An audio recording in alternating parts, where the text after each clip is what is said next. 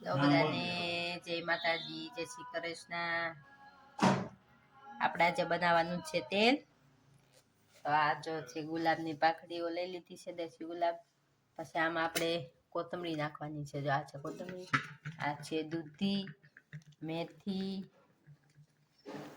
આપણે ડુંગળીના કાળા બી, આ છે એરડિયું, તલનું તેલ, ટોપાનું તેલ, પછી ડુંગળી, આંબળા, આ છે ભાંગરો પાવડર, પછી આ છે ભૂંગળા, છે જાસૂદના ફૂલ. જો એકદમ સરસ મજાના. આપણે બહુ ઓલાત નથી મળ્યા, પણ આ છે એનો પાવડર. હજી મીઠો લીમડો નાખવાનું છે. ડુંગળી આ કાપી નાખવાની છે. એટલે આંબા ને ખમણવાનું બાકી છે. તમે કેવી રીતના તેલ બનાવો કેજો. તો વિડીયોમાં બના રહેજો. જો આપણે એટલે દૂધી ખમણી લીધી છે એની ભેગી. જો આ તેલ બનાવીને પછી નાખીએ એટલે આપણે વાળ ખરતા હોય તો બંધ થઈ જાય, લાંબા થાય. વાળ વહી ગયા હોય તો નવા જે આવી રીતના બનાવજો. જરૂર તમારા વાળ ખરતા હોય તો બંધ થઈ જશે. એ સાથે લાંબા થશે. આપણે જો ડુંગળી ખમણાઈ ગઈ છે. જો આપણે ડુંગળી નાખવાની છે. ડુંગળીના બી નાખવાના છે. જો આ 2 થી 3 ડુંગળી છે. પછી આ ગુલાબની પાકડીઓ છે, તે સરસ સુગંધ આવે. મેથી એટલે બધી મેથી નાખવાની છે.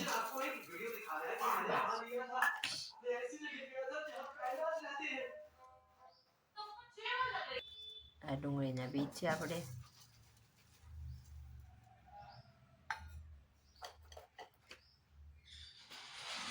આ છે ભાંગરા પાવડર. આપણી પાસે લીલો જ નથી, પણ આ સુકાઈ ગયેલો પાવડર રાખેલો તો એટલે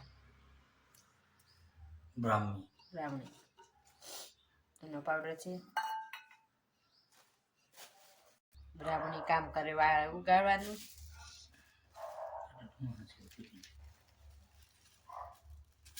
બધું મિક્સ કરી દીધું. આપણે ઉપર તેલ નાખી દઈએ. આવી રીતના તેલ બનાવજો. જરૂર તમારા વાળ ખરતા હોય તો એ બંધ થઈ જાય. અને આનાથી લાંબાઈ સારા થાય. અત્યારે આપણે શિયાળાની સિઝનમાં તો આંબળાઈ ખૂબ મળે છે. આવી રીતના બધું નાખજો. બહુ સરસ બનશે તેલ. આ છે કાળા તલનું તેલ, પણ અમે થોડુંક ઓછું નાખ્યું છે. સરસ મજાનું બધું. આ છે એરડિયું, આપણા ઠંડક આપે, વાળને મજબૂત કરે. તો આ છે આપણે એરડિયું 500 ગ્રામ. કિલો છે કોપરનું તેલ. આપણે થોડા 2-3 જાસૂદ મળ્યા હતા, એટલે જાસૂદના ફૂલ છે. આ છે જાસૂદનો પાવડર. આખા જાસૂદ તો ઓછા મળ્યા, પણ આ છે જાસૂદનું. હવે આપણે ચમચી બધું મિક્સ કરી દઈએ. આવી રીતના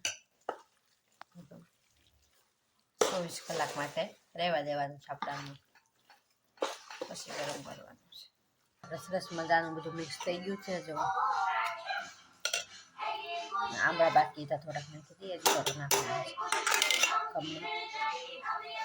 આપણે એલોવેરા નામનો કટકા કરી નાખી દીધા છે થોડા. હવે આપણે નાખીએ થોડુંક સિંગ તેલ.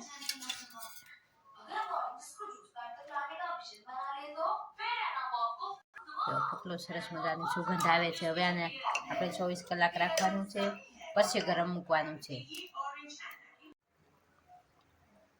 તેલ ગરમ થાય છે, સરસ મજાનું ઉકળે છે, અને આપણે ઉકળવા દેવાનું છે.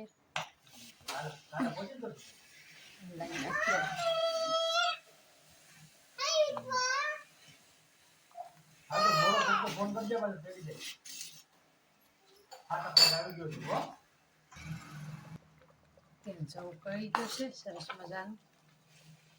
આપણે અડધી કલાક જેવું થઈ ગયું. એનાથી માગે છે પાકવા દીધું. હજી તેલ બધું સરસ મજાનું પડી ગયું છે. જો આપણે સરસ મજાનું ઉકળી છે સરસ મજાનું. જો આ તેલ તમે નાખશો 100%ની ગેરંટી કે તમારા વાળ જાતા હોય તો બંધ થઈ જશે, કાળા વાળ સફેદ થયા તો એ બંધ થઈ જશે. અને આવું જરૂરી તેલ બનાવજો. હવે આપણે કલાક થઈ ગઈ છે, હવે આને ગેસને બંધ કરી દેવાની છે. તો સરસ મજાનું